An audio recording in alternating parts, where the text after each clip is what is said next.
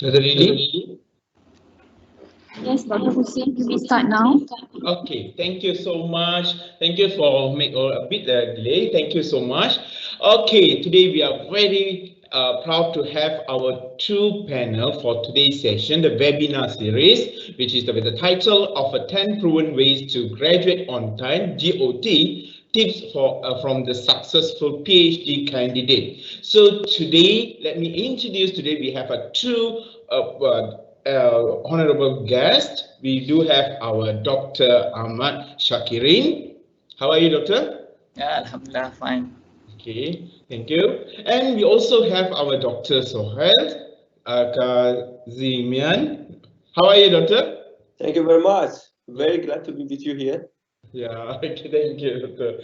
So, without further ado, I would like to say that we are very happy and feel to have both of you, our alumni from UITM, and with I would say outstanding performance during your PhD journey.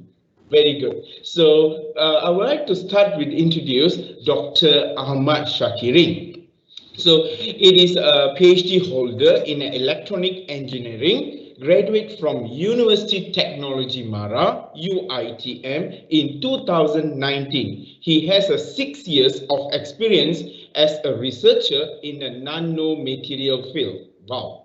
And has been awarded with the Excellent Research Award and Royal Chancellor Award during his study. Yeah, and this is a very outstanding award, I believe. His experience in the nanotechnology fields enable him to produce a number of technical research papers and book chapters which have been published in well-reputed journals.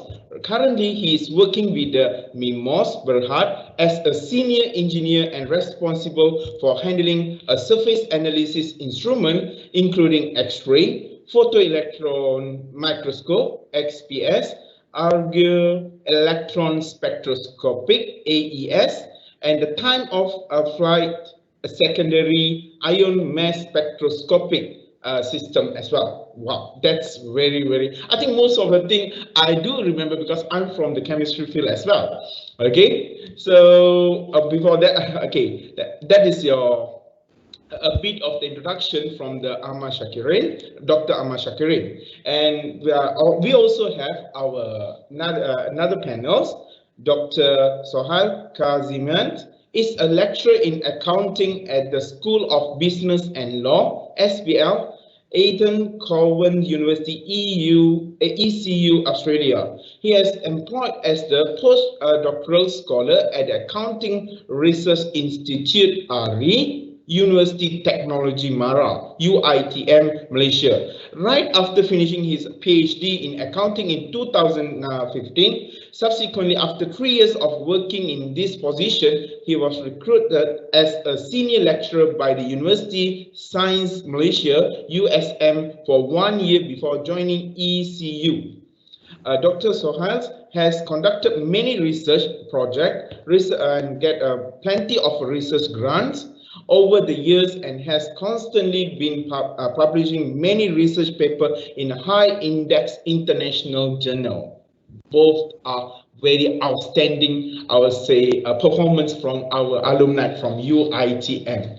So, doctors, so we will start the session. I forgot to introduce myself in the first place. Yes, for information, I'm Dr. Hussein Hanibah. I'm from IPSis UITM. I'm the coordinator from the promotion and marketing from IPSis UITM. That's a bit of my introductions. I a bit forgot on that part because I'm excited meeting both of our outstanding panel for webinar series, today webinar series. So, Dr. Ahmad Shakiri. I'll start with the Dr. Ahmad Shakiri. Okay, Doctor. So, I believe every PhD candidate has his or her personal story when it comes to completing a PhD journey. Because myself do have my own journey and my own story. So, Dr. Ahmad, I think we can start the session with you first today. Can you share with us how all it started? and what was your motivation that drove you to start your PhD? Please, the floor is yours, Doctor. Okay, thank you so much, Dr. Hussein. Okay, actually, my PhD journey, my decision to do PhD started in 2019.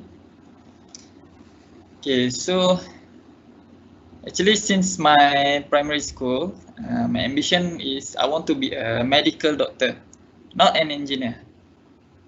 And in secondary school, I took science stream, and then after SPM, I applied for Mara scholarship to go to Egypt at that time, and then okay, since Egypt offer for medical doctor, and then I choose Egypt. And then I apply in the form, online form. And then after I return home, I told my family about that. I said I already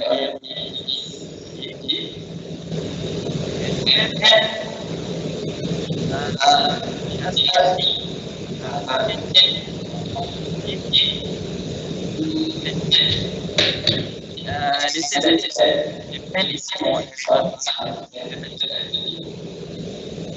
So at the moment, I'm so naive. I think about that. So I go back to cyber cafe, and then I change my application from Egypt to Japan. So at that moment, I never have any thought that Japan never offer medic, because it is very expensive to do medic there. But still, at that time, I already applied to go to Japan, and then I got the scholarship. Alhamdulillah, I got the scholarship. But sadly, instead of medic, I was offered with engineering, electronic engineering. And then when I started my A-level, I seriously cannot catch up with the study, because I have to force myself to learn something that I don't like. And then also I have to study in Japanese language. The subject is in Japanese language, so it's very hard for me to follow.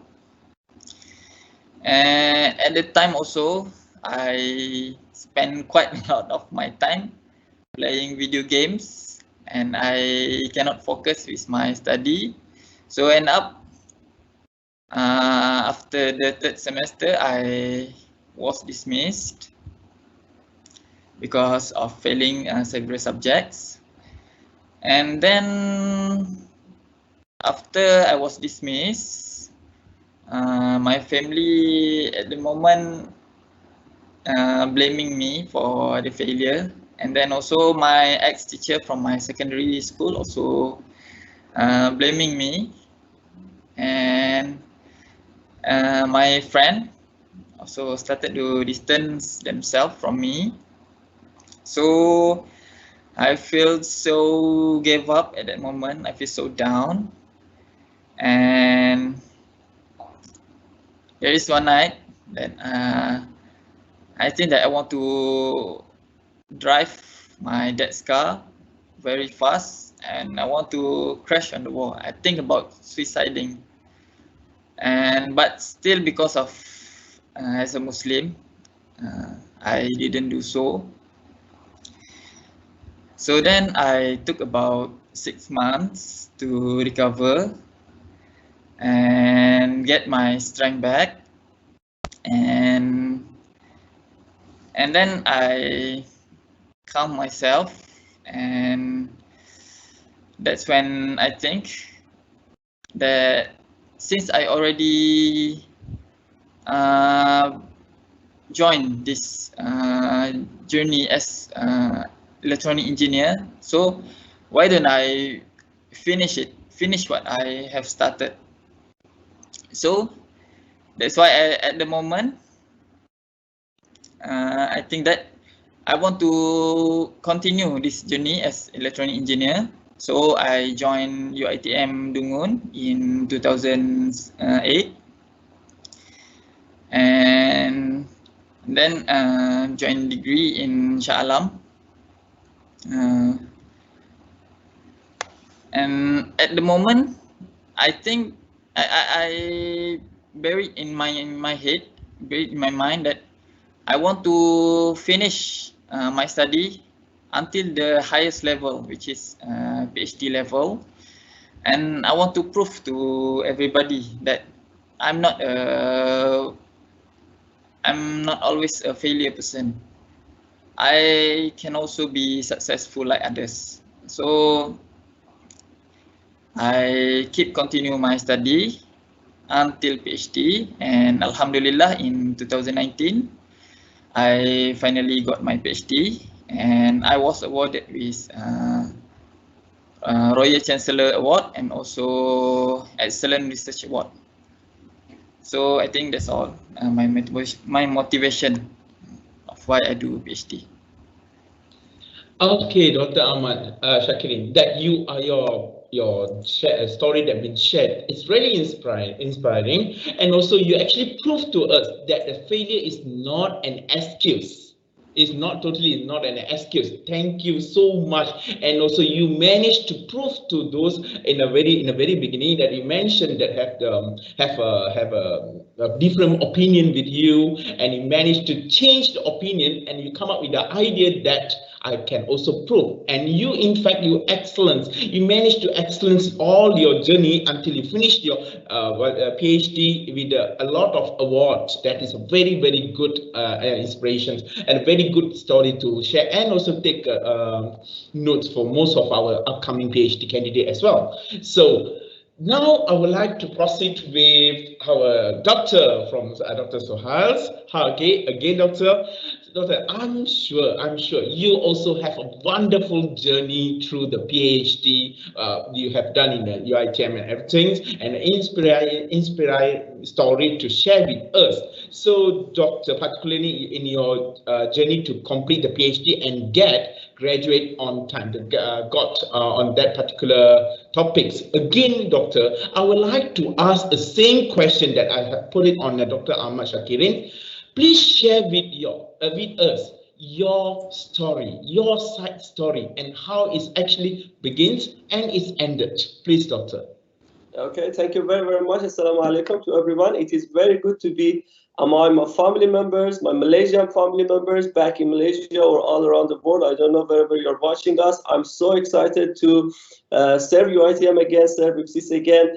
I am officially still attached to Accounting Research Institute as as a remote research scholar. And so I'm still consider myself as part of a big and honored UiTM family. It is so good to be with you. Thank you very much, Dr. Hussein. Thank you very much, Dr. Soheil Hasnan and IPSis, UiTM, for organizing such a wonderful meeting. I hope the students gonna use our experience if they found them useful. Thank you very much to Dr. Ahmad Shakiri for sharing us the very interesting story. It was, kind of the story that all the boys, all the young men struggling with, shifting from playing video game to playing with computer and thesis. So the game is still the game, still the same, but the material is different. So as for my story, actually I came to Malaysia in 2000 in 21st December 2011. I came there when I was 25 only, and I was obviously in Malaysia. I was international student, and but I was so determined, When I came to UiTM, when I was about to start my PhD, my brother told me, to what extent you are determined to get your PhD? I said, okay, 80%. Then he said, okay, devote 80% of your time for PhD and 20% for anything else. So that was how I managed to work hard, as much as hard as I could, in 4 months' time, I luckily could manage to pass my proposal, to defend on my proposal. Straight away, I started collecting data, and then I started analyzing data, and then I started writing the chapter, one chapter after the others. And meanwhile, my supervisor, my beloved supervisor, Professor Dr. Rashida Abdulrahman, who is just like a mother to me, she supervised me, she instructed me, if you want to perform better, you have to start writing the chapters as well. So my recommendation, my suggestion to all the PhD students, especially those who come from overseas to Malaysia, to Unity to finish their PhD, is that PhD time is considered a tough time. We all do agree about that, no doubt about it, okay? But if you are tired of this toughness, if you want to get over from these difficulties, please concentrate on your job, think only about what you are meant to do, and finish this toughness. Finishing this toughness is under your control, is under your ability to do it. You know, just concentrate, just listen to the supervisor, just do whatever you are meant to do. We are in Malaysia just to finish our PhD. Malaysia remains as beautiful as ever, which it has been beautiful. So after finishing PhD, you still can enjoy the beauty of Malaysia, am I right? But during the PhD time, what matters the most is the quality of the work that you are doing, the quality of the job that you are doing. Think about the family that sent you to Malaysia. Think about those who are proud of you. If they see you, you know, walking through this stage in this convocation ceremony, how you can make them proud, how you can make them happy. So if it's worth it, just go and fight for something that you think is your certain right. Okay, so concentrate on what you are doing, concentrate on what you are meant to do, and concentrate on what you are in Malaysia to do. Yeah, thank you so much, Dr. Soheil. It's a very good, I noticed that you actually tell us from a different point of view. I will say from the point of international students. Am I right? So that's a bit, I would say that's quite interesting for me, because I get some feedback from an international student and also for our national student, local students. But end up, I can make a conclusion that either you are an international student or you are the national local students. Our main purpose in UITM is to complete our PhD successfully, because that is a benchmark for all of us. And definitely getting a PhD at the end, I would like to quote Dr. Soheil just now mentioned, that getting in front of our parents, that is an outstanding performance that we would like to show to our parents. Thank you so much, Dr. Soheil, and also Dr. Ahmad. So why not?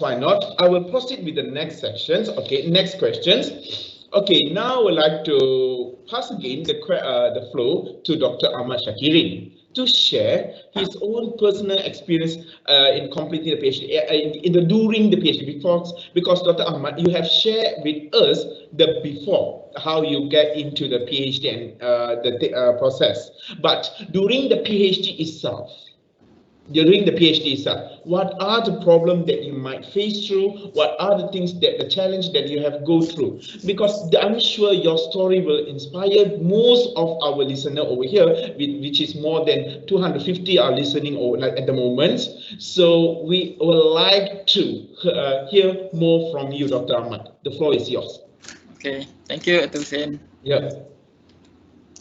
Okay, so regarding the challenges, actually, there are many challenges during my PhD, and I just picked some of that.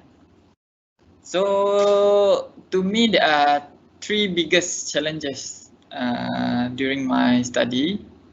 Okay, first is regarding my parents' health. At the end of my master, my father was diagnosed with diabetes and also critical nerve problems.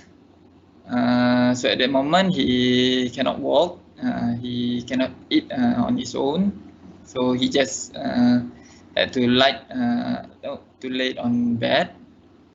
And at that time I have to commute from Shah Alam to Terengganu every 2 weeks to take care of him. And of course, at that time, my focus is no longer on my study. I almost quit my study, and at that time also I am about to cancel my intention to pursue my PhD. So, because at that time, my father's condition is very bad, because and I think that the chance for my dad to recover is very low. So that's why I think I better quit my study and focus on taking care of my parents, my father, because I can do my study anytime. And maybe I only have one chance to take care of my father. And I told my dad about this. I said to him, I want to quit my study, and then I don't want to pursue my PhD anymore. And when my dad heard about this, he totally against it. He said to me, please just continue my master, and please pursue my dream to do the PhD. And Alhamdulillah, Allah wills, my dad's condition getting better and slowly improve. And about second semester of my PhD, Alhamdulillah, he finally recovered. And then the second biggest challenge that I faced during my study is, of course, this point also I think everyone have faced it, which is experimental failures. Okay, this one is quite normal. So during my study, I have difficulties to get the actual result that I want, the novelty result that I want. So at that time, I have to repeat, I think more than 60 times the experiment. So every time I do the experiment and then I fail, of course, I feel give up at the moment, and then I return home. I think I calm down myself. I start to read again, look at the journals.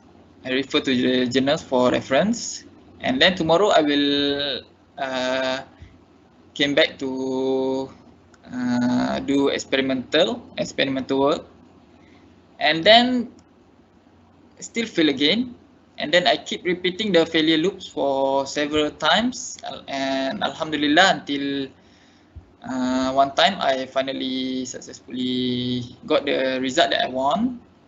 So at the moment also my tears automatically drop when I got the result, because I tried very hard to get the result that I want, and I finally got it. So it's quite emotional moment. And then the third biggest challenge that I faced during my PhD time is regarding, of course, time, because 3 years is not a long period. It can end in without we notice. So at the moment, the challenge that I got is when I think in semester 5, FKE engineering faculty offered me to go to attachment program in India. So I have to spend about 6 months in India, and at that moment, I still didn't finish my experimental works. And of course, in India, I didn't have the exact same equipment that I need to do my experiment. So in order to graduate on time, I have to finish all my experimental work before I go to India. So I force myself, I push myself very hard and do the experimental work and spending my time without sleep for several days. And Alhamdulillah, I finally finished my experimental work a day before my flight. And then when I'm in India, I can focus 100% on my thesis. Okay, so I think that's the 3 biggest challenge that I faced during my PhD time. That's a very good sharing, Doctor. Basically, Doctor, I can conclude that the factors, not only internally and environment, also cause, and outside also cause our PhD journey, the smoothness of the PhD journey. I can also say that if the PhD journey are too smooth without any challenges, I'm sure both of you have nothing to share today. Because of the challenges that you face, both of you, that's why we invited you as our role model to share the most of the experience that you have go through in your PhD journey. Dr. Soheil, now I would like to give a turn to you. Also, can you please share with us about the challenges that you face during your entire of your PhD journey until you get a very outstanding, because I do understand from your biography that you have sent to me that you are one of the students managed to finish your PhD within 2.5 years. 2.5, and this record has never been broken by any other candidate. Can you please tell me what are the factors or challenges that you face until you get this outstanding award, outstanding performance in your journey of the PhD? Please, Doctor. Thank you very much, Dr. Hussein and Dr. Ahmad, for sharing these beautiful stories about the challenges that you have faced, about the obstacles that you have passed. Actually, Dr. Ahmad beautifully mentioned about the technical challenges that he faced during his PhD. But I want to take one step further and talk about the environmental challenges that an international student, just like myself, have faced or is more likely to face during his PhD time. Okay, you're right, Dr. Hussein. Alhamdulillah, Alhamdulillah. All credits goes to first Allah Subhanahu wa Taala, and then to my beloved supervisor, Dr. Professor Rashid Abdul Rahman and Associate Professor Zuraida Ibrahim, and all beloved Aryan member, Accounting Research Institute, Professor Dr. Nurma Omar, Jamali Assad, Zuraida Sanusi, and all the my Malaysian family there. So it was totally a teamwork. Everybody supported me, and I tried to be a good member of this team. So nothing could be done individually. So it was a teamwork, and I'm very happy. I consider myself as a blessed one to come to Malaysia, to come to Universiti, and saw these magnificent people, just like Dr. Soheil Hasna. Okay, as for answering your question about the challenges that an international student may face during his or her PhD time in Malaysia or in any other country, I'm going to talk about the technical issues like failure in experimental. This is happening during the PhD time. The most challenging elements can put an outstanding obstacle in front of an international PhD student is financial constraint. We as international PhD students, we have to pay tuition fees, and then we don't have any family there to support us, so we need to rent a house. Most probably we need to buy a small car, as I bought a Conchil during my PhD time, because Malaysia is either very hot or raining, so it was not possible to just walk to university no matter how close you are to university. So I had to buy a car. I bought a Conchi just for commuting to university and coming back. So the financial constraint is the most to me is the most difficult challenges that an international students may face. And you know, Malaysia is a country of celebration. We in Malaysia celebrate many occasions. You know, we celebrate New Year. I mean, Muslim New Year, Indian New Year, Chinese New Year, the Christian New Year. And when you are there as an international student with no money in your pocket, then you would feel that, okay, there is something going on out there which I cannot attend because I don't have enough money. It is good and bad. It is good because, okay, you don't have money, you stay home, focus on your work. But it is bad, you may get frustrated. After 2 years, after 3 years, when you see that the celebration are continuously going on and you cannot attend any of them, so you may get frustrated. What kind of life is that?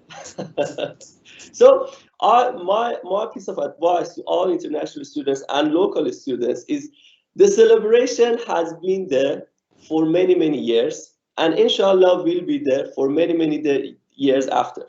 So you just skip attending not all these celebrations, some of these celebrations for these 3 years.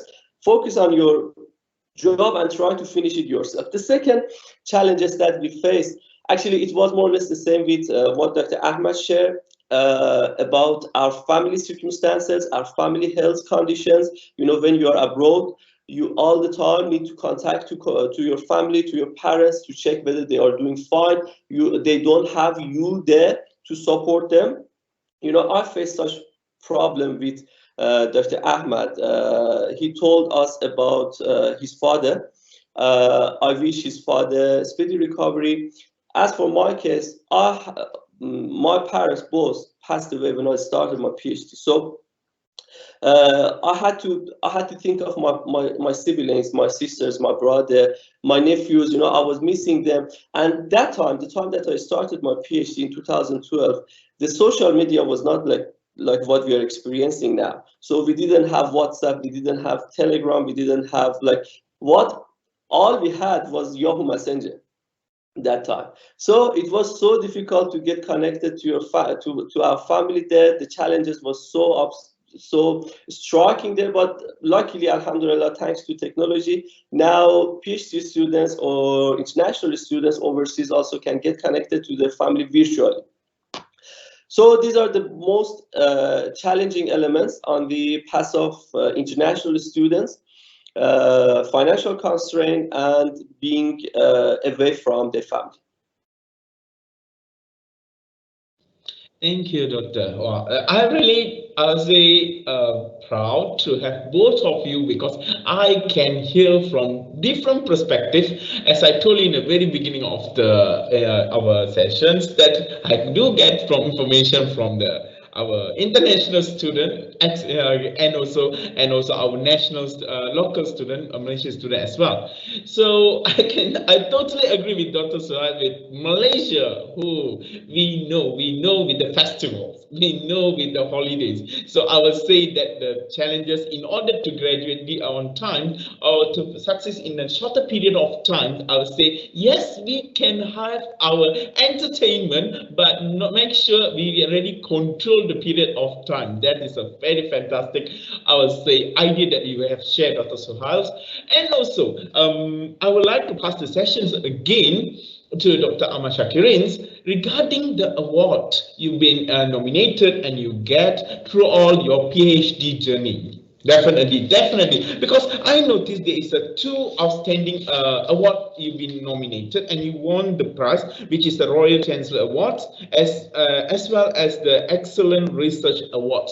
I know, PhD journey is either the science or from the science background or non-science or social science background. It is challenging to grab this kind of award. And in fact, I do understand Dr. Ahmad Shakiri, because I also do some nanotechnology material, especially for the battery systems. So when you say about the nanomaterial, about the process of experiments and failures, I do really understand, and I do go through the same process as well.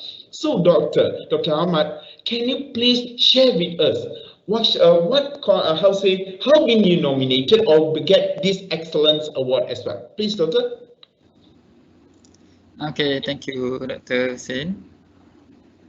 Okay, so actually I only have simple tips regarding the award. So okay, for the award, actually the most important thing, of course, we have to graduate on time, and also we have to submit our thesis within 3 years from our registration. So in order to get the award, you must push yourself, do your best, finish your study on time. And also another thing is our involvement in the PhD activities, such as conferences and innovation competitions, journal papers, conference papers. So everything will be counted. So in order to get the award, okay, so you must remember this award. In order to get this award, you have to compete with other graduates also from your ITM. So you have to bring your best achievement. You have to publish as much as you can. You have to get as many awards as you can. And I think that's the only thing that important to secure the award. Okay, I'm sure, because I'm very interested to know about this, because in order to get that true award that you obtain is not really as easy. It means you need to really show an outstanding performance among the rest, because the competitions among the other candidates are very tight. I'm very sure about it. So I can say that, I can conclude, Dr. Ahmad, that consistency in your work, it will be the most important things, and also an outstanding publications is another added value to all the journey in order to get the award that you mentioned. Thank you so much, Dr. Ahmad. Now, I think this is the moment that we wait. Our panel, our our alumni, UITM alumni itself, are going to share with us the 10 proven ways. Wow, I hope that we have more method to get graduate on time and excellent. I hope those are listener, our audience will be achieve the excellence as you mentioned, the tips that you're going to share with us. So I will going to pass the session to Dr. Soheil to share the, I believe Dr. Soheil, you have the PowerPoint to share with us. Am I right, Doctor? Yes, so I will pass the session to Dr. Soheil in order to share with us. Yes, the floor is yours, Doctor.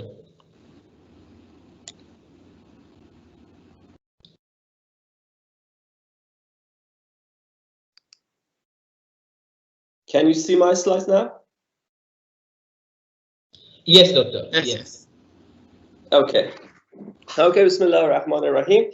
Actually, whenever I want to talk about my experience when I was doing my PhD, I would name it as the journey.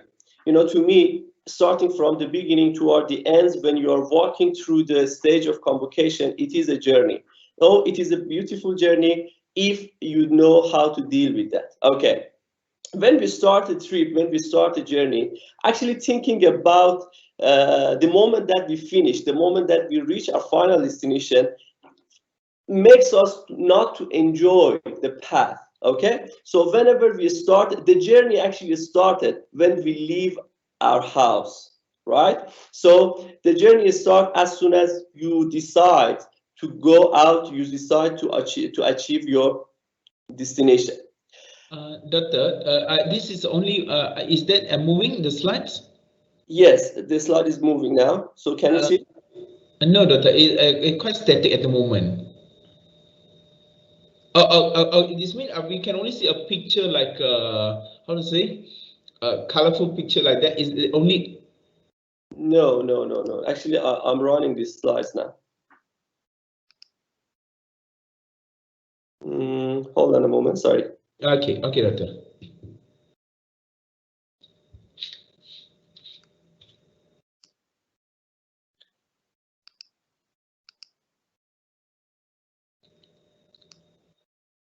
You can see my presentation now, right? No, I can't see the presentation at the moment, doctor. Maybe you can share screen, maybe, doctor. I can see your the curve, the mouse is moving around. Okay. But the PowerPoint is not appear. So in worst case scenario, maybe we can use the copy that I sent to you earlier on. So okay, doctor. from there, I talk from here, just to save the time. Just give me a moment, doctor.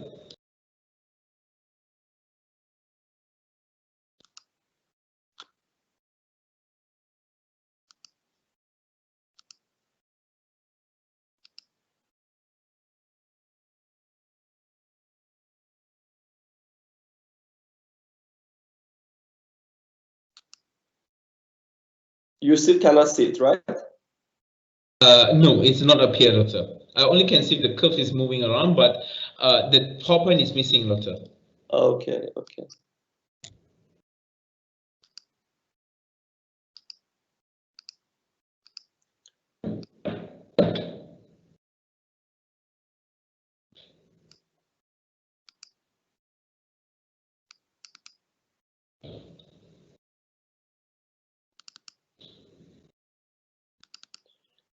At my end, it shows that my screen is being shared. Yes, it's been shared, but I do not know the PowerPoint is not appear. Just a moment, doctor. I actually tried to download your PowerPoint as well. Okay, good.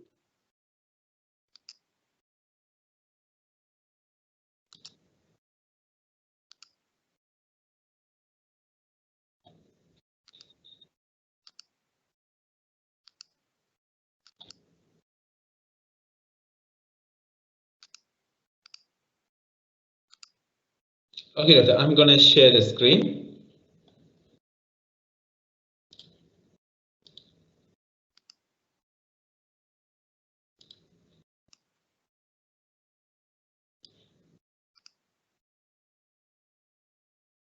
Okay.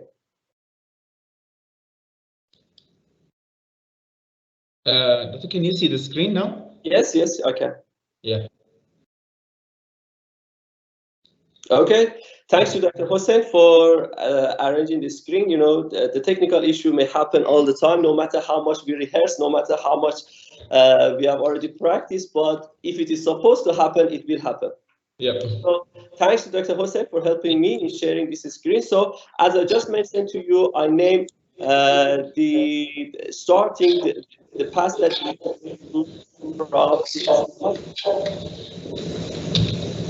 I think there is a microphone. Oh, thank you very much. So only by thinking about the destination, actually, it makes us not to enjoy the past. So the past, the way that you go through, the road that you need to pass through when you're finishing your PhD is also very beautiful. So you have got to enjoy each and every single moment, because this is going to happen only once for you. Can we proceed to the next slide, please?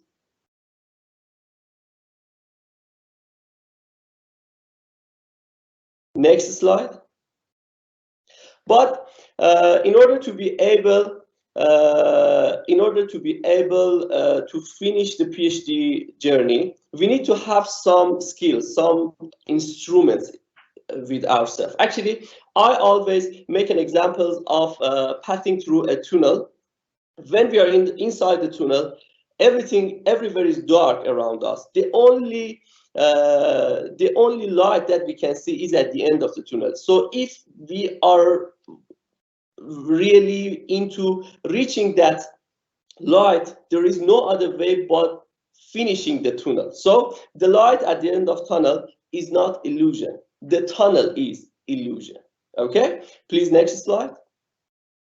But for finishing a PhD, you need to have a PhD. Have you ever thought what PH and D stand for? So, as I had just mentioned, for finishing your PhD, you need to have you already need to have a PhD. So think about it. What PH and D stand for? Actually, P stand for, to me, P stand for patience. H stand for honesty, and D stand for dedication. So in order to be able to obtain Doctor of Philosophy in anything, you need to have patience, you need to have honesty, and you have to be dedicated. Patience in terms of the technical difficulties that you may face. You need to know that it is not going to happen only for you. It has happened for everyone. So just be patient, just pray to God, just be strong, do it again, be hopeful that you're going to do it this time. As for the honesty, we have to be honest with ourselves. We cannot just put blame on other people, on the university, on the supervisor, on the friends. No, we have to be honest about the weaknesses that we have. We have to be honest about what we are not able to do and what we are able to do, right? And as for the dedication, PhD is not a second job. PhD is not a part job. PhD is first full-time job. So we need to consider PhD as something that we have to be dedicated to it if we want to achieve it. Next slide, please. To me, I have classified different stages of PhD journey into these 4 stages. First, structuring the research framework, then data collection, data analysis, and writing of the chapter. So to me, there are 4 different stages. And in the next slides, I'm gonna share with you what challenges are waiting for you in each stage and what are the tips to overcome the obstacles. Next slide, please. Okay, when we're talking about different classifications of a path, actually, we need to have some indicators. We need to have some measurement to make sure that whether we have finished that path, we have finished that stage, we have finished that classification overall or no. As for the first stage, it is structuring the research framework. When you're talking about the research topic, when you're talking about what is the research issue, what is the problem statement, what research methodology you want to use, what is the research hypothesis and objective research questions. You have to be very clear about it, and the main indicator of finishing phase 1 or stage 1 is depending on your proposal. Normally, if you wanna graduate on time, it will take between 4 months up until 9 months, not more than 9 months. So I just repeat myself. We have to complete the initial stage 1, structuring the research framework. We need to identify what is the research issue that we want to cover, what is the research problem statement, research objective, research hypothesis, research method, and then we have to defend on our proposal within 9 months at most, okay?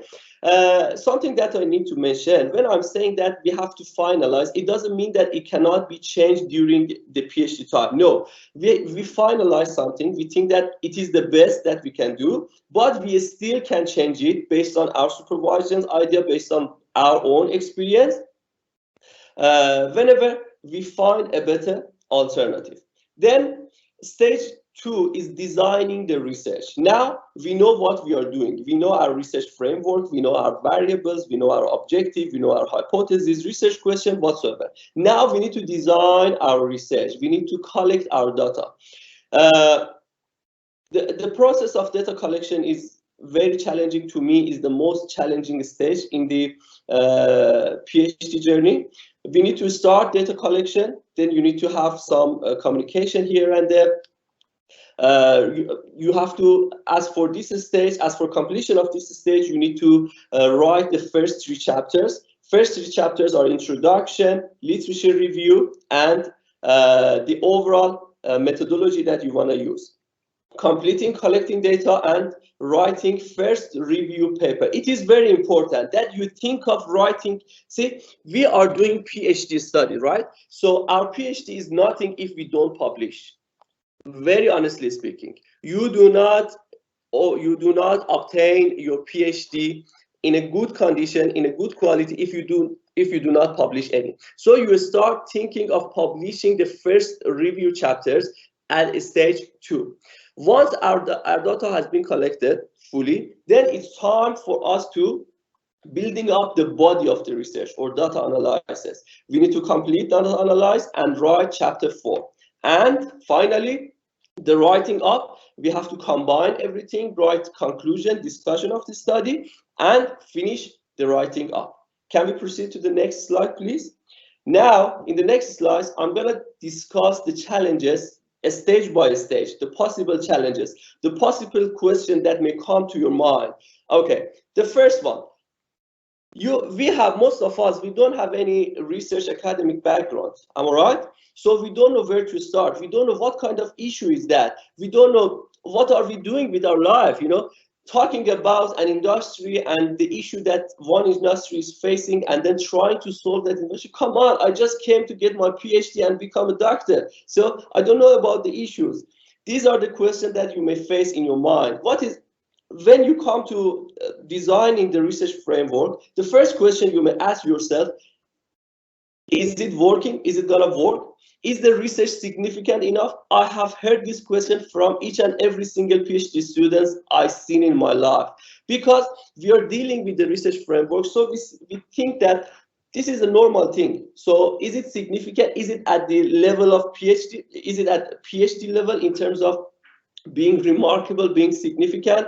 So what should I do? Where should I start? So in the next slides, I will share you some tips to overcome these challenges.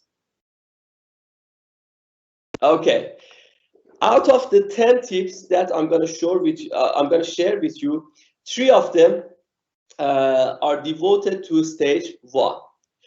First of all, in terms of the reliability of the research, in terms of the significance of the research, you have to be convinced with yourself, okay? We cannot be doubtful about what we are doing and then we start the journey. It's just like this. We leave our houses, we leave our home without knowing that where are we heading to. No, we have to be very clear. We have to be very straightforward minded in terms of where are we heading to. So we have to be convinced about the research methodology, about the research objective, about the reliability, significance, importance of the research that we are doing.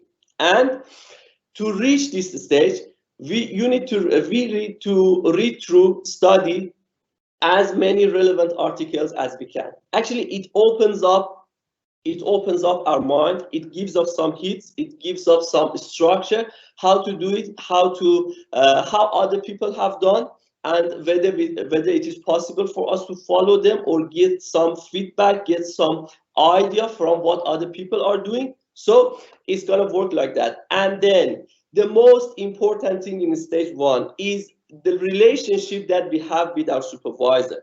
When you choose someone, it is your right to choose someone as your supervisor or no. So please be clear about our students' right. It is the student's right to choose me or Dr. Hussein as the supervisor, okay? But once you have chosen us, okay, means that you have put some trust on us. So please listen to your supervisor.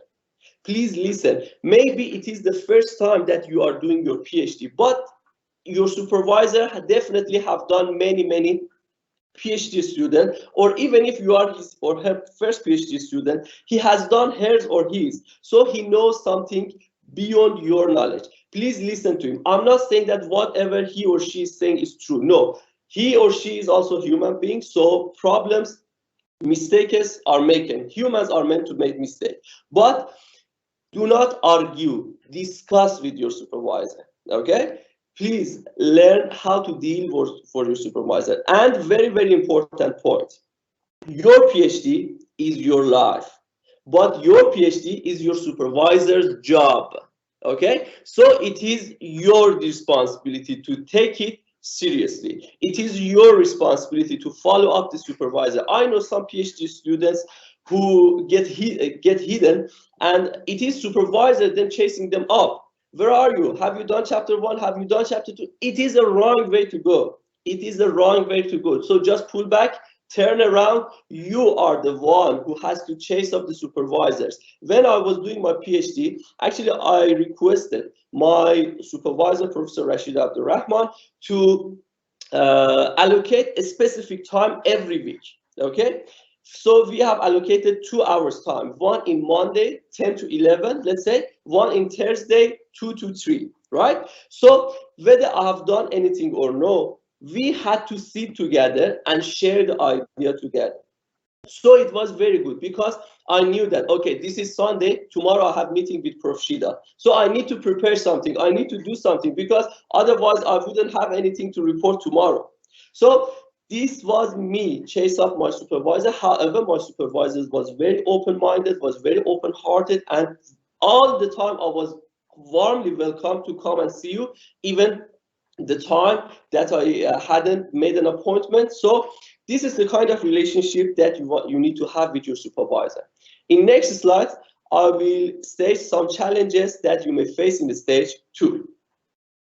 Next slide, please. Yes. Stage 2. When you are about to collect your data, meaning that we have already finalized our research framework, objective, variables, whatever technical part of the research has already been discussed. Okay, they are still subject to change, any possible change, but we have already finalized them. Now we are starting to collect data. If you are using quantitative, meaning that you are going through a questionnaire, you are going to conduct your study through a survey, meaning that you need to knock the door one by one, ask the people to fill out the questionnaire. Or if you want to do qualitative research, you need to convince them to sit with you and agree to have an interview, or if you want a secondary data. So you don't know exactly where to do it. You don't know exactly whether, okay, if I knock the CEO of, for example, Amina Ikhtiar Malaysia, huge, giant microfinance institution, does he or she take me seriously? Does he allow me to get in? Does he allow me to talk to him, to her or her? Should I know, am I in the right path? Am I going the correct way of collecting data? Is it the best way? I'm giving you some tips in order to answer these challenges in the next slide. Okay, first of all, there are some companies, there are some third parties who are meant to help the students to collect data. Okay, it is not illegal, but it is not recommended at all. It has to be yourself who is collecting your data. There are many benefits if you collect your data. First, the reliability of the collected data is guaranteed, meaning that if you pay someone to collect data for you, you never know whether the data is real or not. But if you're collecting the data yourself, means that you have guaranteed that the data is reliable and you can rely on it for further publication, not only the PhD. And then when you knock the doors one after the other, you make some friends. So your network is expanded. Listen carefully. The industry that you are collecting data from is the industry that you are gonna apply for job there. So the more friends you have, the more possibility that you find a better job there. So you're gonna meet memorable characteristics who may influence your future, who may be your boss, who may be your colleague next round. And you will learn many social skills, getting convince other people to sit with you for half an hour and talk to you, share their knowledge, share their experience is something. So if you learn how to convince people, your social skills also being developed. And in the final viva voce also, you have you have upper hand against the examiner when they ask about the circumstances of collecting the data. But how to make the industries and CEO to take you seriously? This is very important point. Okay, I do understand that as for a PhD student, it's very difficult to just make other people to listen to him or her. So you need to ask your supervisor or the dean of the school or the manager to talk to the CEO of that company to get you an admission letter, okay, letter of support. Once the letter is issued, meaning that you will have no closed door in front of you. So whenever someone asks you, what are you doing here, you show the letter and ask them to just let you to collect your data. Okay, that would be for stage 2. In the next slide, I will share some challenges in stage 3, which is the data analysis. Okay, this is the most technical part, as Dr. Ahmad already shared. When we are analyzing data, actually, we are not aware of the techniques. We are not aware, we are not expert in many software. So we are just trying to learn. So it is so normal. It is so normal and, you know, very common for all the students to get all the hypotheses rejected. Maybe because of a technical issue, not necessarily because your research is not correct. Your research, there is something wrong with your research. Maybe there is a tiny technical issue that you need to overcome. Okay, so these are the questions, these are the challenges that you may face in stage 3, which is data analysis. What are these data? What are they saying? You know, so what? I've collected all these data, so how to analyze it? I don't know how to key into the computer. So how I'm supposed to analyze them? How should I know I'm at the right path? Which analyzing software is more suitable for me? Oh my God, all hypotheses got rejected. How to modify the research result? There are some tips which I'm going to share with you in the next slides to overcome the anxiety and the concerns that you may face in this stage. Okay, number 6. First, attend as many data analysis workshop as you can. I trust that IPSis is organizing many. IPSis is great in organizing data analysis workshops, different software, SPSS, Smart PLS, SEM, MIMOS, NVivo, whatever. So it is very common, and it is very good thing about IPSis that they are very active in organizing such data analysis workshop. So attend as many as you could. You know what? You may already get your firm conviction that, okay, I'm gonna use SPSS, so I don't need to attend PLS, right? But maybe there is another way that you're not aware of, a better way which suits the nature of the data that you have collected better, okay? And you're not still aware of. So go and attend, it doesn't harm. For UI, most of them for UI team students are free. So use this platform, use this opportunity to learn. You know, even if you're not gonna use them in your PhD thesis, it's good if you learn them. Then you can put them in your CV that you are expert, for example, in SEM, in MS, in PLS. That would create some added value for you. So attend the workshops, data analysis workshop, as many as you can. Analyze the data yourself. It is legal, it is acceptable that we get some assistance from experts to help us to analyze the data, but try to be yourself the main person who is analyzing the data, because you need to know each and every single aspects of data analysis. You need to be fully aware of what is going on. Then in Viva Voce, when the examiners are asking you the question, then you would know that, okay, this part has happened, this hypothesis has been rejected, or this variable has been eliminated because of that, because of these technical issues, because of that technical issue. So it is very important to learn the softwares. Of course, we all need to receive consultancy, but we have to do it ourselves. And then show your results to the experts, okay? Once you got all your hypotheses approved, let's say, supported, don't think that, okay, I'm done. I'm not gonna share with anyone else because maybe someone finds something which I need to redo it.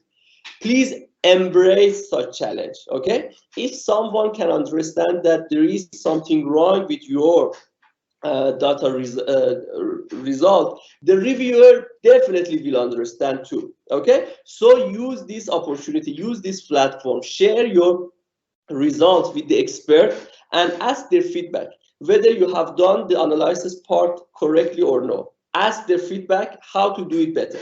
In the next slide, I will highlight the final stage challenges. Okay, when we have analyzed the data has been fully interpreted, the result is out, we can come to know that, okay, the hypotheses are either rejected or approved, supported or not supported. So what are the implications of the study? This is one of the most challenging writing part of the study, chapter 5, 6, and 7. Okay, implication, discussion. Once you discuss on the result, then you need that, okay, what added value I could create for the literature, for the industry, for the future researcher, for academic. Okay, these are called implications of study. Very important, very, very important. Whenever a PhD thesis comes to me for review, the first thing that I read through is introduction, chapter 1. The second thing is chapter 6 or 7, the implications of the study. I want to know whether the contribution that the study has was at PhD level or no. Okay, so this is something that you're going to be evaluated based on. Please be very mindful. But it's very difficult to write. It's only 15 pages, 16 pages chapter, but it is very difficult to write. We don't know what to write, how to write, when to write, how to check, what kind of help I can receive to write better, and who else can check my write-up. There are the final tips in PhD journey, which I'm going to share with you in the next slide. Okay, the last two tips are devoted for the final stage. There is something that we need to bear in mind. Maybe our English is good, okay? Let's talk about those of us who our English is good, not like me. When I come to Malaysia, I barely could speak English. And my English, I do not consider myself as someone who can still fluently speak English. So I'm still trying to learn English, learn academic writing English. It is a continuous progress. You cannot say, I know some professors from Australia, my colleague here, or from United States, whenever they write their papers, they native English speakers, they still send their papers to a proofreaders, because the way that we are taught is different from the way that we are writing in academic style. So please attend academic writing workshop. There are many. In the time that I was doing my PhD at the Content Research Institute, every 6 months we had one academic writing workshop. Professor Nurma Omar hired a professor in language, in linguistic knowledge. So he was there all the time talking to the students how to write this paragraph, how to write methodology, how to write implication, contribution. So try to use such resources in order to improve your writing. Maybe the idea in your mind is the best, maybe the data is the best, maybe the analysis is perfect, but you are not able to express yourself perfectly. Okay, so we have to be able to express ourselves in an academic way. So learn academic skills, make sure you are adequately expert in Microsoft Office, Word, PowerPoint, and Excel. These are very easy, very user-friendly, and very important. Okay, I remember when I was writing up my chapter 4, I spent hours and hours designing the table manually. Then later on, when I attended the first academic workshop, I come to know that, wow, it was so stupid idea to do it myself, because I could do it with a few clicks.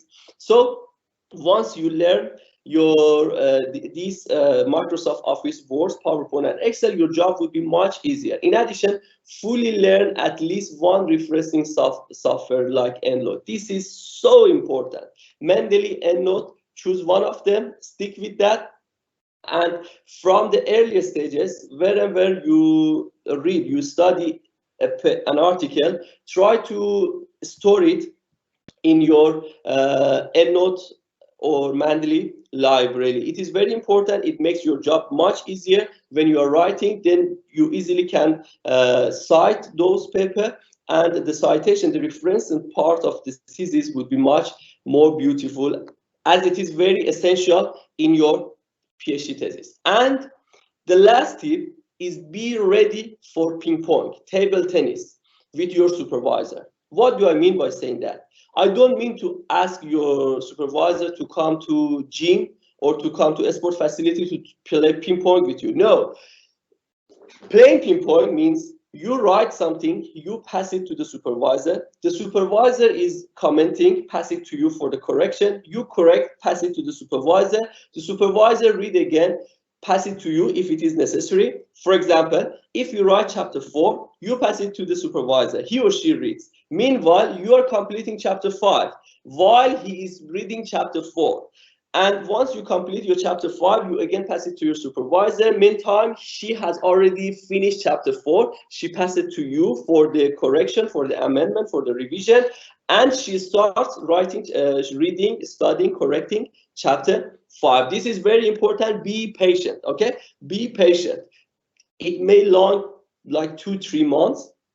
Be patient. Don't say that, okay, whatever I'm saying that she's refusing. She didn't make comment.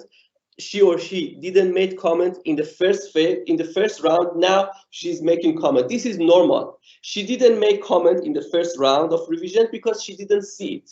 Now she saw it. She make a comment about it. Correct it. This is your job. Okay, as easy as it is. Next slide, please. Yes, this is the overall path of PhD. This is me, and that is Dr. Me. Next one, please. So, have you ever thought what HOPE stands for? HOPE stands for hang on, pain ends. The green on the other side is always greener. Believe it, the grass on the other side is always greener. You may enjoy your life better without the stress of finishing your PhD. You may find some struggle in finding job afterward. This is another stage. Let's talk about it later. But at the moment, our main job is finish our PhD. Okay, this is our main job. The light at the end of the tunnel is your life. It is the tunnel that is temporary. Okay, as long as you're moving forward, the tunnel, the darkness, the toughness, the difficulties, the obstacles are temporary, but the light is approaching. You are approaching the light. So fight for something that you think it is your certain right. And finally, this was the journey of getting PhD. Thank you very, very much for your attention.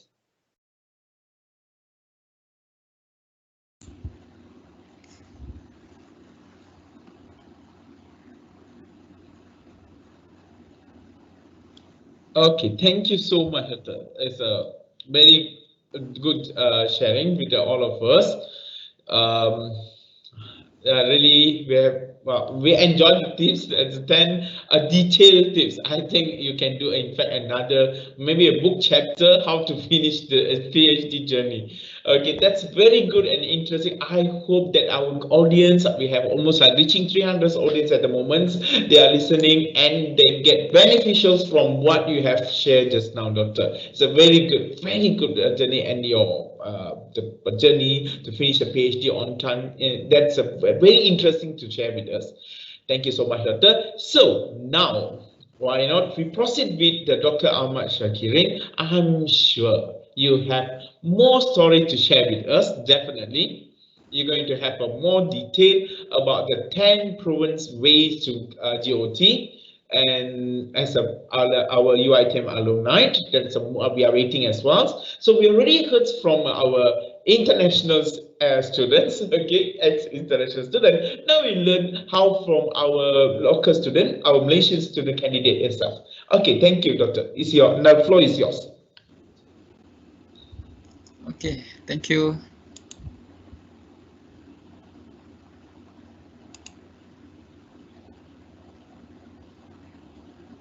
Can you see my slide? Yes, Doctor. Definitely yes.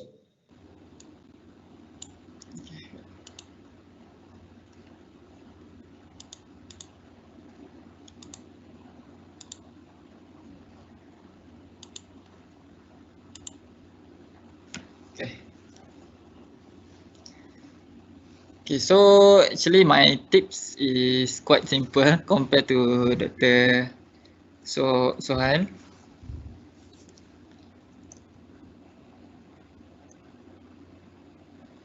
So I think the tip is just based on my experience itself. Maybe some of the tips is redundant. But I think if it is redundant, that is something that you have to consider. So let's go to my first tip. Okay, so my first tip is plan and organize your study. Of course, it is very important for us to plan what we want to do. Plan everything that we want to do from the first day that we start our journey. So in case if you still didn't have any plan, make it as soon as possible. And only by planning and organize your work, you can see which path that you want to follow. You can see what is the flow of your research. And also, you have to make sure that you always came out with some progress at the end of the week. So we as a PhD student, we need to always keep it in our mind that 3 years period is very short for PhD, and it can end without we noticing it, and we have to utilize it well.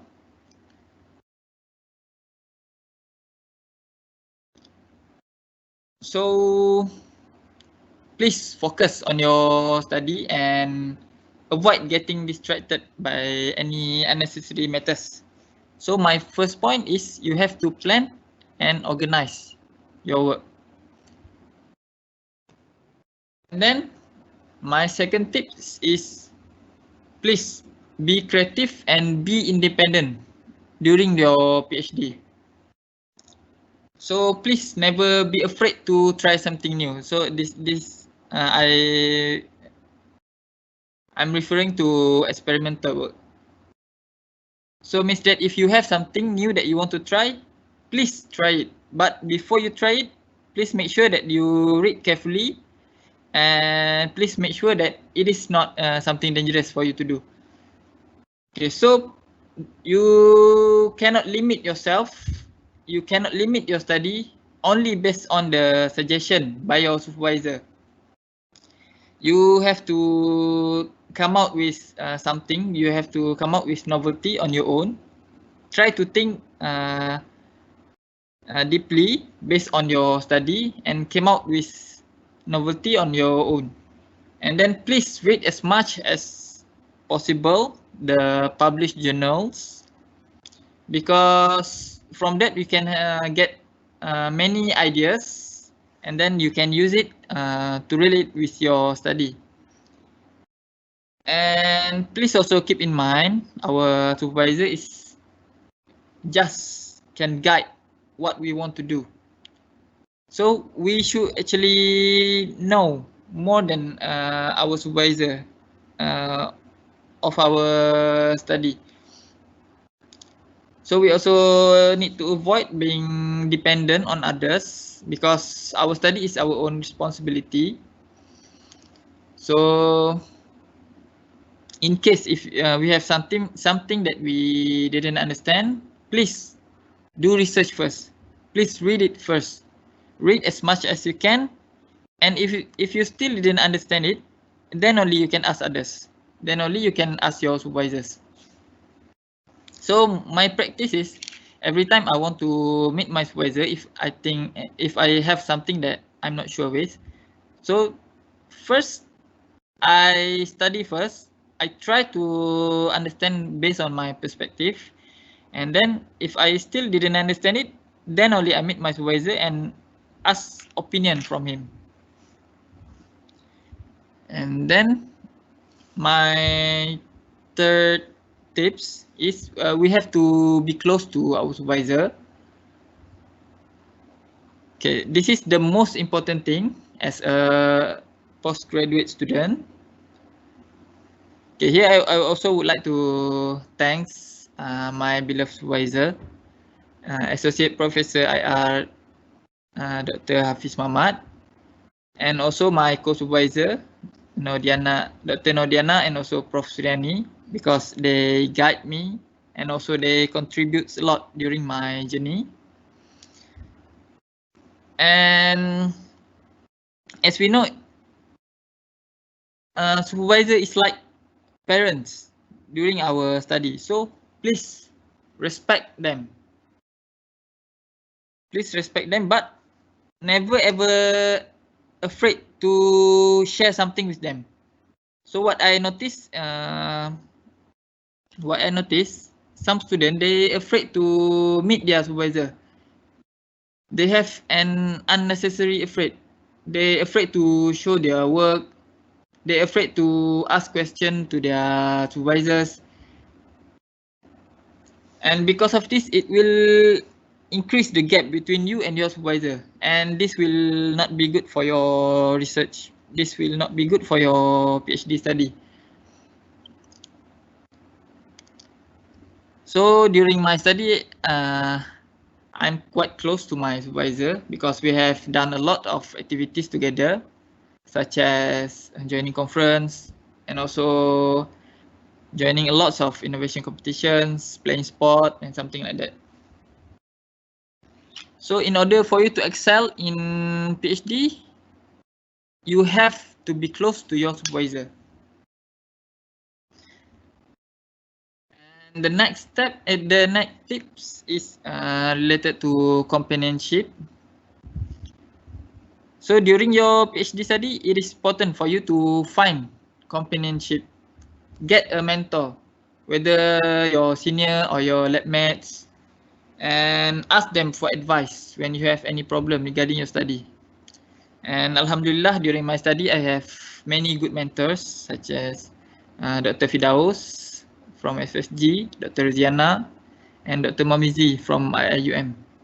So they helped me a lot to smooth my PhD journey. And then it is important also for us to create a discussion team with our colleague, because as we know, postgraduate study is all about discussion. So if we have a group, we can share our talks, we can share about our research, we can share what is our problem, and sometimes we can get many useful suggestions from our colleagues. So one of my practice when I'm doing PhD and master, when I write a paper, the first thing before I give it to supervisor, I let my colleagues to read it, at least 5%. So from there we can know what is the likeness, what is the improvement that we can do to the paper. So that is some of my practice. And then also, other than our colleague, we need to find someone that we can talk to, that can be a good listener to our problem. Maybe your wife, your girlfriend, or any friend. And also, please, this is also important, please be friend with your technical staff. Please respect them, because we require many help from them. So in order for us to have a better journey, better PhD journey, please be nice to them.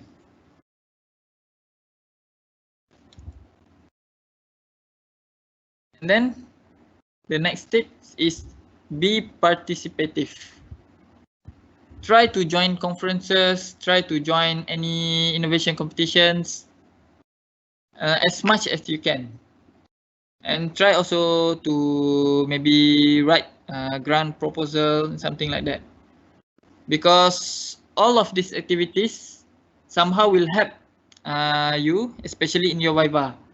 Because sometimes Viva panels will ask almost similar question that have been asked during the conferences or competitions. And other than that, this program also can enhance your confidence level and also enhance your experience in the field of your study. For me, actually, I'm not a good speaker, but through this program that I joined, I slowly improve myself.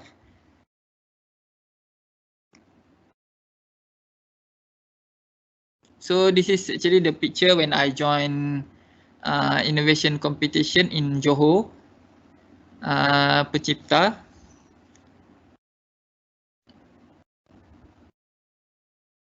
Okay, then the next tips is you must enhance your writing skill, because as a PhD student, writing is compulsory. So in order for us to excel in PhD, we have to improve how we do our writing, because later we have to write a thesis. So in order to write the thesis, you have to improve first. How to improve is by write more paper journals and conferences, books. Okay, for me myself, the best way that I think that works for me is by writing journals.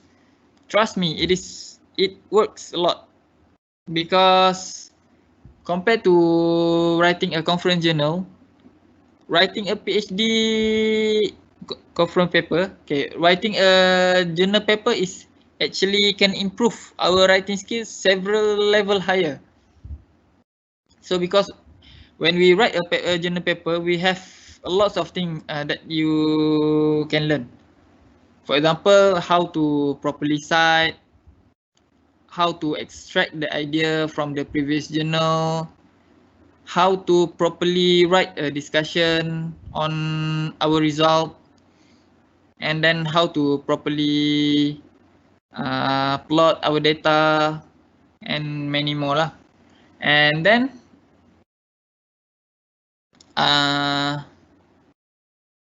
so during my study, my first experience during doing writing, I take about 7 months to complete a journal paper. So there are a lot of revision that need to be done, and alhamdulillah, after 7 months, I completed the journal paper and it is accepted for publication. And also recently, I have read lots of posting in social media, and they keep arguing what is actually the importance of writing journals, because they keep arguing that writing journal is actually just giving the advantage to supervisors, just helping supervisors to get to achieve their KPI. Actually, it is not. Actually, writing journal, of course, it will help the supervisor to get to achieve the KPI. But you as a student, you should not think of that. Think on the positive side. Think how the writing skills can improve yourself. You have to think what is the benefit that you will get, not think on the bad side.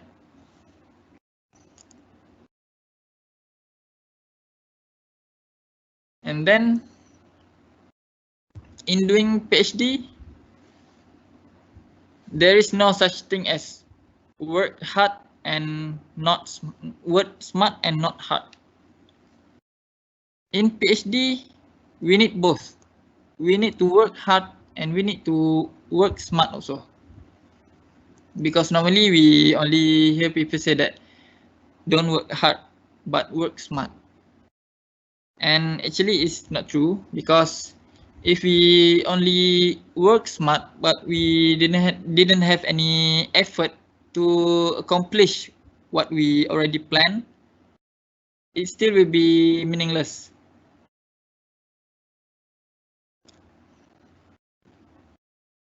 So both of work hard and work smart need to come at the same time.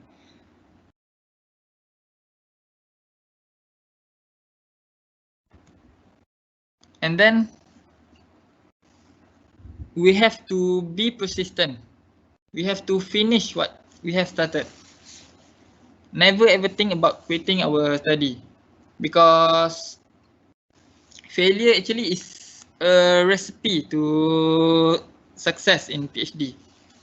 So in order for us to taste the sweetness of success, we have to face the bitterness of failure. I myself, honestly, I face a lot of that giving up feeling during my PhD. I think almost every week I feel like giving up. So what I do is I take a day off and stop doing any work. I spend my time playing games, chat with friends, and go out and play sports. And then after that, I get back to work. So if you feel down, please don't ever force yourself to keep going going on, and please take some rest. Only continue your work when you feel calm.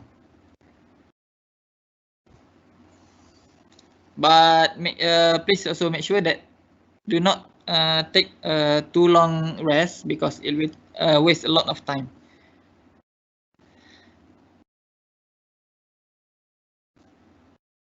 So the next tips is, please enjoy your life. Enjoy your PhD life. This is also one of the most important thing that we should do when we do PhD. First, of course, we have to enjoy what we are doing. We have to enjoy doing research. Try to enjoy. So based on my experience, actually, I cannot follow the engineering field.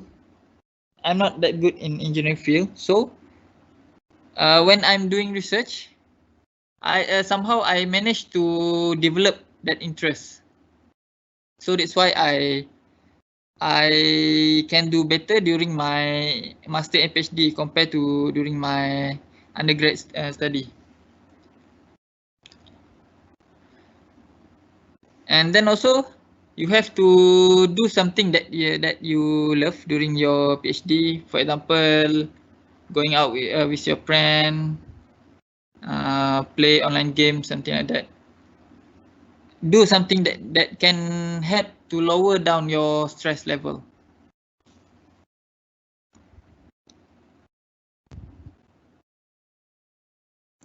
And then the last but not least, of course, this is the most important thing. We have to pray. Pray for Allah. Ask for Allah to help smoothen your path. And also ask your family to pray for you too. But please remember, success will only come after you try your best.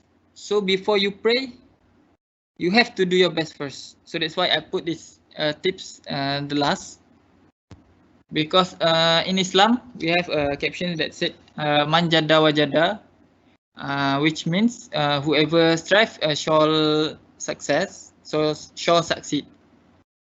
So in order for us to success in PhD, we have to do the best first, try our best first. And then at the same time, we also have to pray, ask for Allah to help our journey.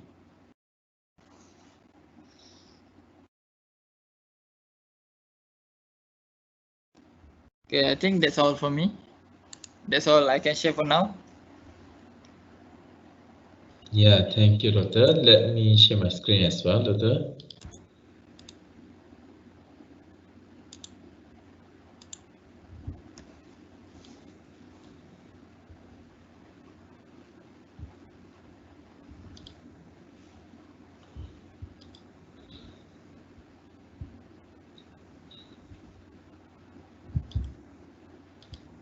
Just a moment, Doctor. I'm sharing my screen.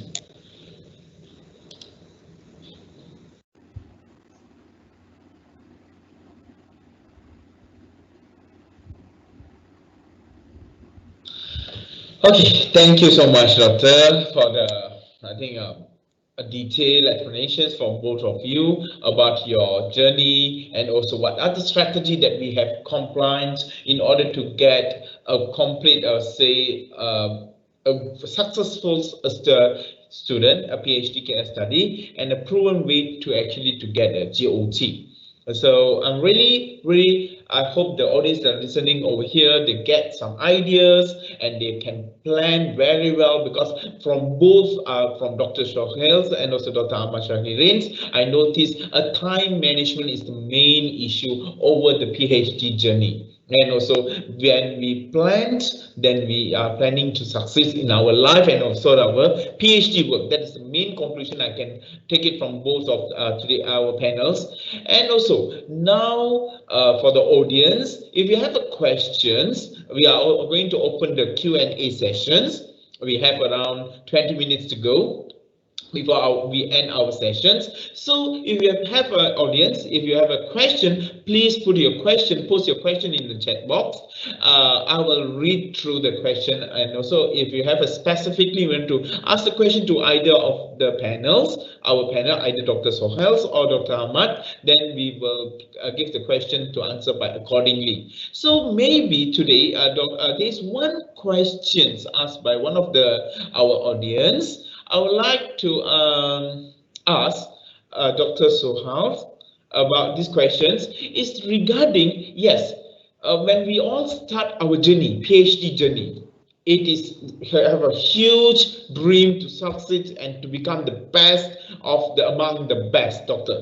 So the question is, how to maintain the momentum through all the journey. That is one of the issue when we face, where some of the students, when they registered, are too ambitious, but toward to the end of the study, they lost their ambitions, the motivation. So actually, Dr. Soheil, can you share with us how you maintain your momentum until you get GOT? Yes, Doctor.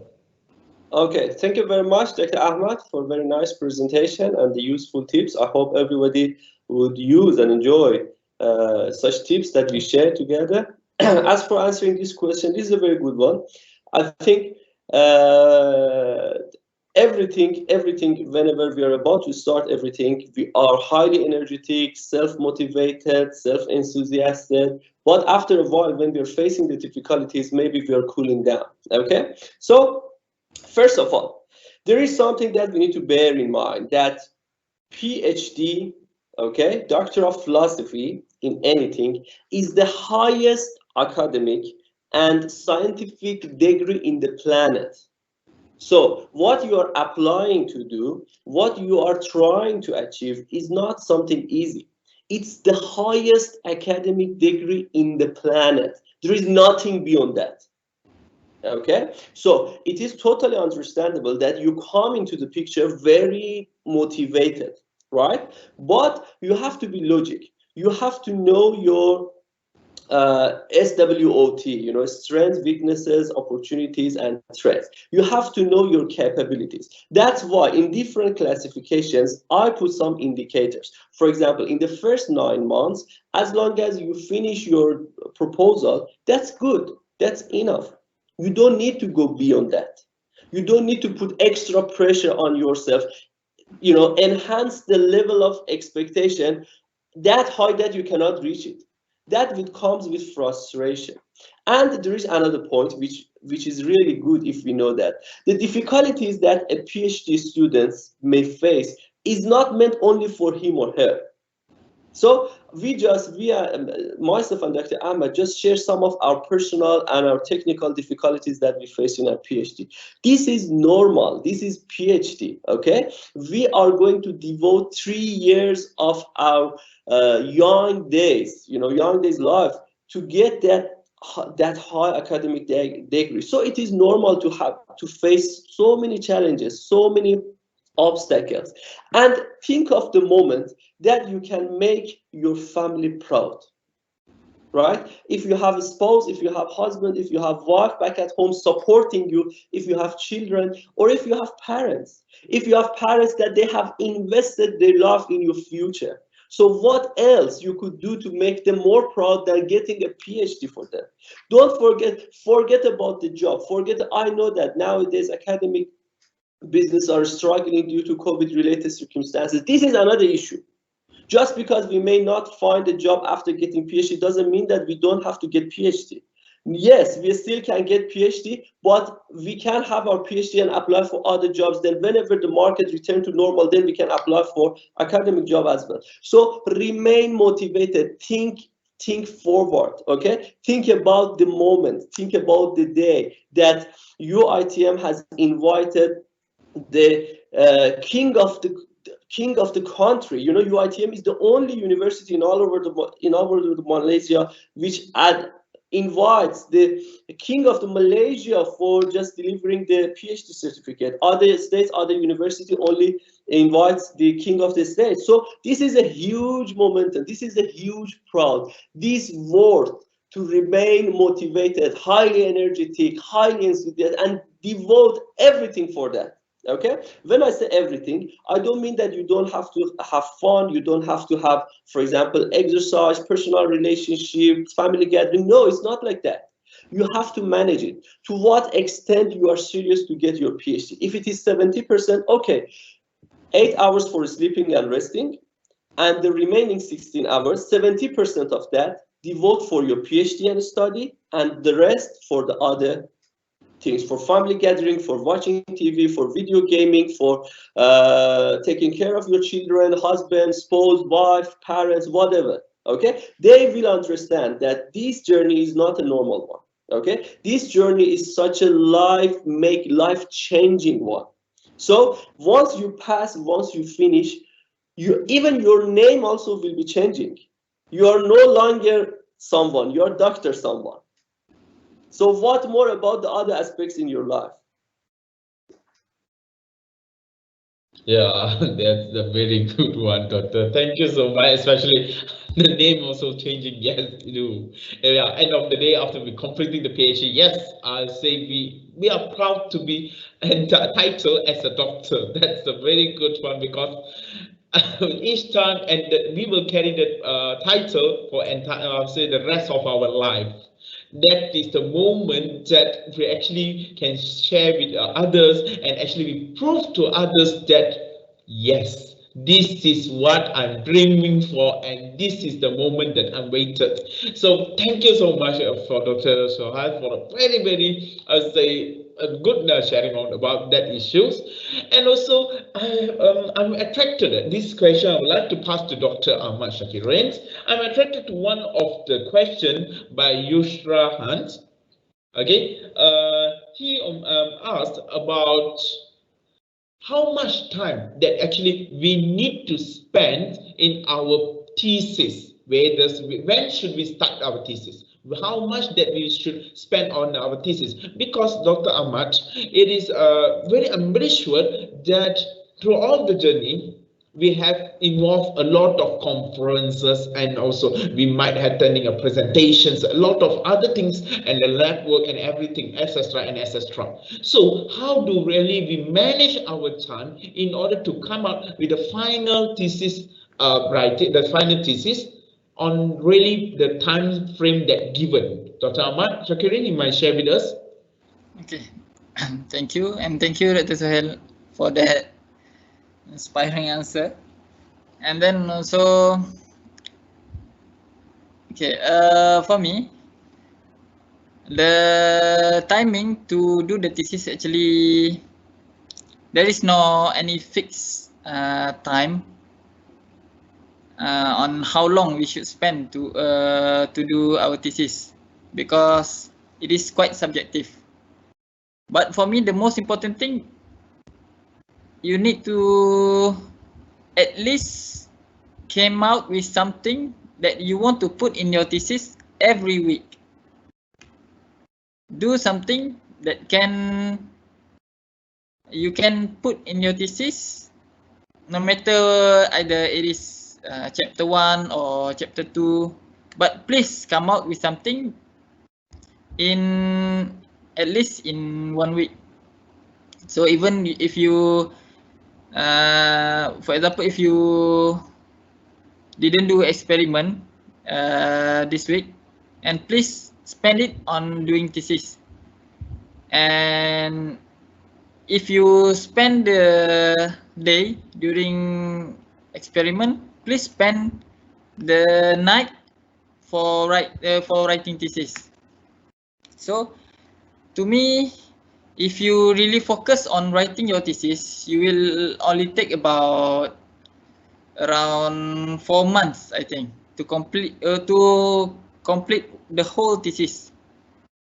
So for chapter 1, chapter 2, and chapter 3 is quite easy to do, because chapter 1 is just the introduction, and chapter 2 is something that we can do based on our finding of the published journal. And chapter 3 is just the methodology, something that we do, something that we already done in experimental work.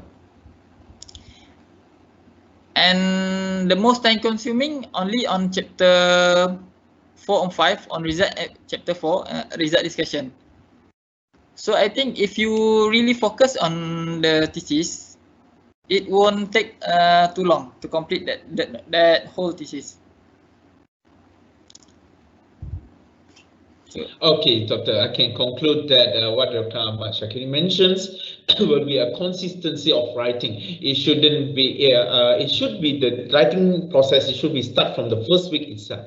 At least we have something to do it, and we will write it consistency. And when come to the end of our journey, which is maybe the 5th or 6th semesters, then we already have the summary written things about the project, so it will be easier for us to compile the whatever the earlier into the one single thesis. So that's a very good answers, Dr. Ahmad. Maybe another question I would like to ask to Dr. Soheil. Dr. Soheil, how much? One of the questions they put it over here. When do a PhD, this is a common question they will ask us, do we eat, sleep, and think of the PhD 24/7? How can actually, because this is a very common, I will say, Dr. Soheil, about among the candidates, when we just new register, they have a mindset, when I come to a PhD journey and I cannot think other than my project, other than my study. So we need to show them that we still have a life at the outside. So Dr. Soheil, I'm sure you have you manage to do time management, good time management, and you managed to graduate within the 5th semester. That's a very interesting point. So Dr. Soheil, please share with us your hints or your idea with us, please, Doctor. Okay, thank you very much, Dr. Ahmad, Dr. Hussein, and this friend of ours for this beautiful question. Actually, to be very honest with you, in some occasions, yes. For example, when you are before the proposal defense, then you cannot stop thinking of your PhD. Or 1 week before Viva votes, you have no other choice but thinking of the PhD every single moment, even when you are sleeping. Okay, when you are sleeping, you have dreams or nightmare about the Viva votes. So what more when you are doing something else? Okay. I remember when I was developing my framework, I was struggling to find relevant variable.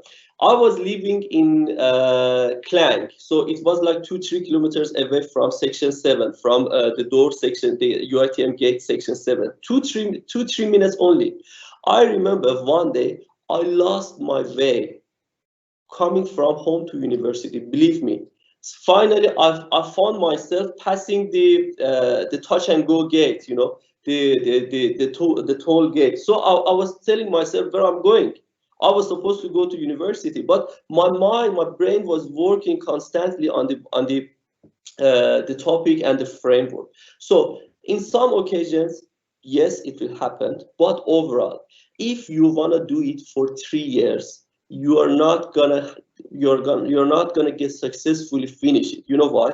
Because our brain will get tired, will get frustrated. No, we still have life, we still have life to live, we still have family to take care of, we still have our beloved family members to give love, to receive love. This is part of our, I said when I was defining our PhD, it is a full-time job. Okay, so think about it. When you are working somewhere as a full-time job, do you think about the job every moment, every single moment? Of course not. You go to gym, you go to swimming pool, you go to jungle, you go to family gathering, but you still allocate some specific amount of time to finish the task given. That's it. So I said that we have 24 hours a day, am I right? To what extent you are determined to finish your PhD? For example, myself, my response would 70%, 80%. Okay, so 24 hours minus 8 hours for sleeping. Do not touch 8 hours for sleeping at all, right? We remain 16 hours. It remains with 16 hours, all right? 16 hours times 70% times 50% is 8 hours. And we still have another 8 hours. 8 hours is huge amount of time. We still have another 8 hours for family gathering, for playing video game, for shopping, for just walking, for jogging. But we need to spend a specific amount of time, as Dr. Ahmad mentioned, not every day, but at least every week. Okay? Because some days we need to switch off our computer, just get rid of it, do not think about it, just leave it somewhere. But it should not be more than 2-3 continuous days. Okay, after 2-3 continuous days of break, we need to start again, otherwise we're going to forget where we had stopped. Okay, and then we need to think, so plan for yourself in a weekly basis, and from A to B, this is what you are supposed to do in 1 week, not in 1 day. When I was finishing my write-up phase, stage 3, I had one benchmark in my mind. Every day at that stage, at that point, which I had to use 24 hours, every day I forced myself to write at least 3 pages. Every day. Okay, this was my benchmark, but in the last 2 months before the submission. So come up with such planning based on your capabilities, based on your potential, and have a practical plan for yourself. Don't be too much ambitious. Don't be too much, for example, optimistic about the circumstances around yourself. Just be logical. Thank you, Doctor. So it's mean again and again, time management. Okay, again, we come to the time management, and of course, I would like to share my experience during my PhD times around, and also I'm doing my masters. And yeah, I do have a day in a week, in a day, maybe on a Sunday, I've totally switch off my laptop and not really going in to look at that, and I go for movie and I hang out with my friends. That's how I balance up, and actually we release our tensions during our PhD study. That is a very good idea actually. So we need to have a balance between our research and study, and also our personal life as well. And also maybe I'll take a last question for both of you, a similar question, because PhD is all about come out with the novelty. Is come out with the novelty of the study, because today I feel very lucky because I have Dr. Ahmad Shakiri from the science backgrounds and tech engineering, and also we do have Dr. Soheil from the RE, with the business and account backgrounds or something. Very good. So both of you, maybe we start with Dr. Ahmad. Dr. Ahmad, how you find out this is my novelty for my PhD in order I graduate? Because sometimes when we are so attracted with our PhD work, we do not know we should stop. How to limit it? What is your novelty? How you identified it, Dr. Ahmad Shakiri? Thank you. Okay, thank you, Dr. Hussein. Okay, so actually, the term novelty actually is not referring to something that completely new, something that very first known in the world. Not actually, it's not something referring to that. Novelty actually is more on the improvement that we can give to society, to the research society. That's also can be one of the novelty. So please remember that we are doing research. We're not trying to solve the world problem. We just want to provide something that can help in maybe we something that we do may not be used for now. Maybe it will be used in the future. So just think what improvement that we can give to the science society.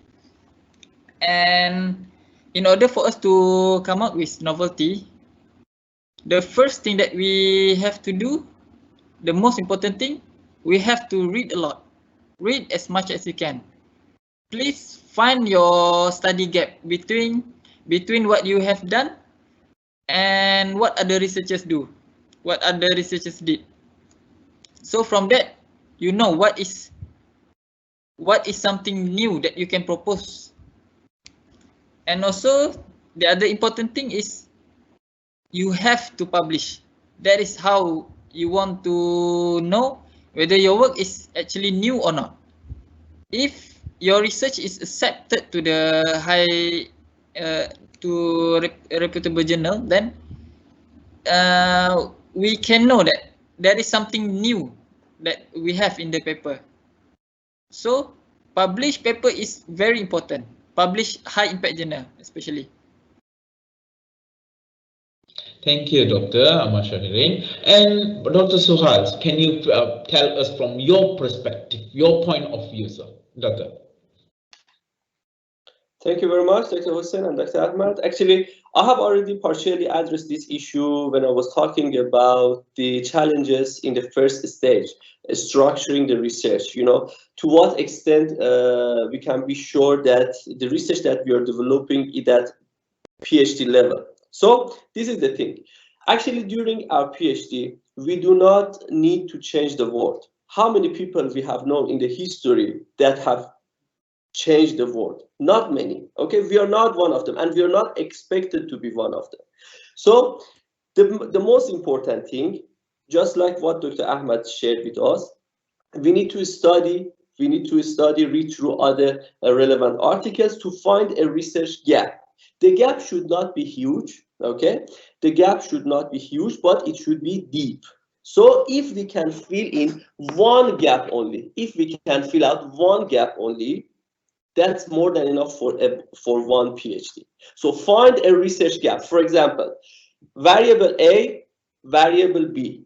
Variable A, the influences of variable B have been tested already in variable A in different industry, in different contexts. Now you want to apply a different context. This is maybe implications of your study, a novelty in your study. Actually, you should take the body of literature one step further, body of knowledge one step further. What new thing you can bring in? Okay, it shouldn't be that big, it shouldn't be that significant, it shouldn't be that life-changing or world-changing, but it must be something tangible, right? For example, these two variables have already been tested in different industry. Now you want to do it in another industry. This is exactly what you are looking for. This is implication of your study, because you are the first person in the world who are testing influences of these two variables within this context.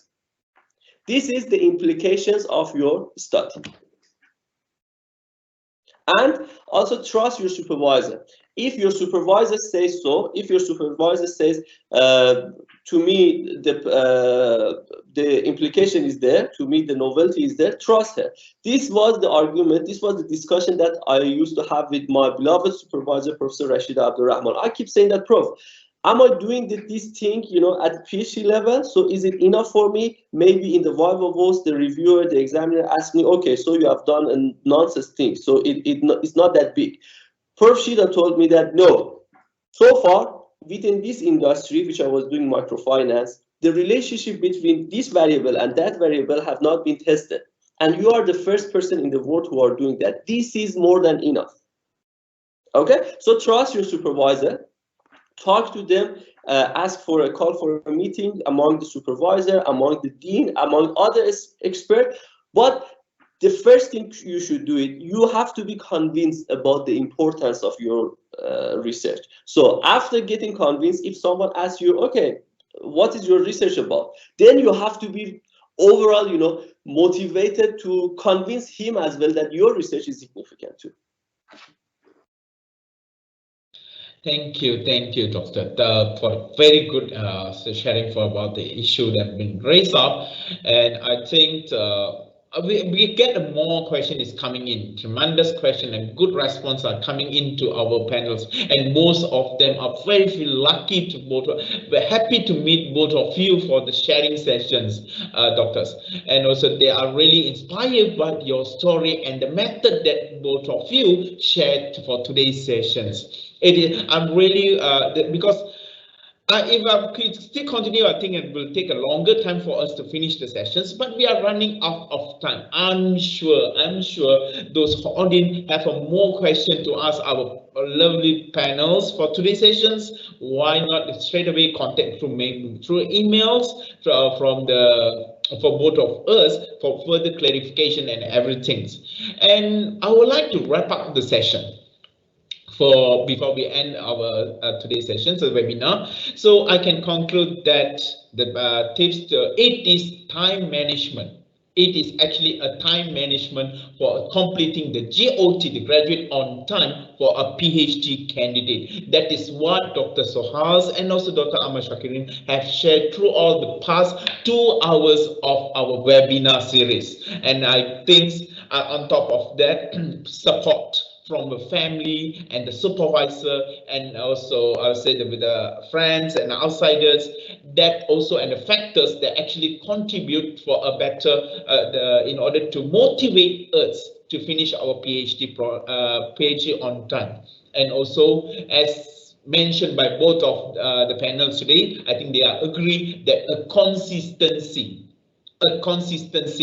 is the most essential points in order for us to complete our PhD. So more or less, I think I have covered everything. And again, I'm Dr. Hussein Hanibah. I would like to thank for our 2 alumni from UITM, a very proud alumni. I would say Dr. Soheil, and also we do have Dr. Ahmad Shakiri for the lovely sessions that have been shared for today. And also, I think before we really end, but Dr. Soheil and Dr. Ahmad Ehsan, let's take a group photos maybe. Dr. Soheil, Dr. Ahmad. Yeah, sure. That is Dr. Soheil, yeah. Dr. Ahmad Ehsan, Associate Professor Dr. Ahmad Ehsan. And we have our Associate Professor, Dr. Soheil. And I think, okay, never mind, we will send the pictures. Okay, give your best pose for all of us. 3, 2, 1. Yeah, okay, Doctor. Just a moment, Doctor.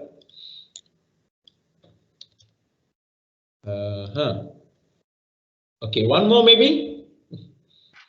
Okay, 3, 2, 1. Okay, thank you so much for the panel again, Dr. Soheil. Thank you so much for the webinar, and also, so that's all for today. See you on the next webinar. Please fill the our participant the form. Am I right, Dr. Soheil? I've shared it just now. Yeah, Okay. thank you so much, Doctor. On behalf of IPSis, I would like to say thank you so much to Dr. Soheil and also Dr. Ahmad for being here with us today and sharing a lot of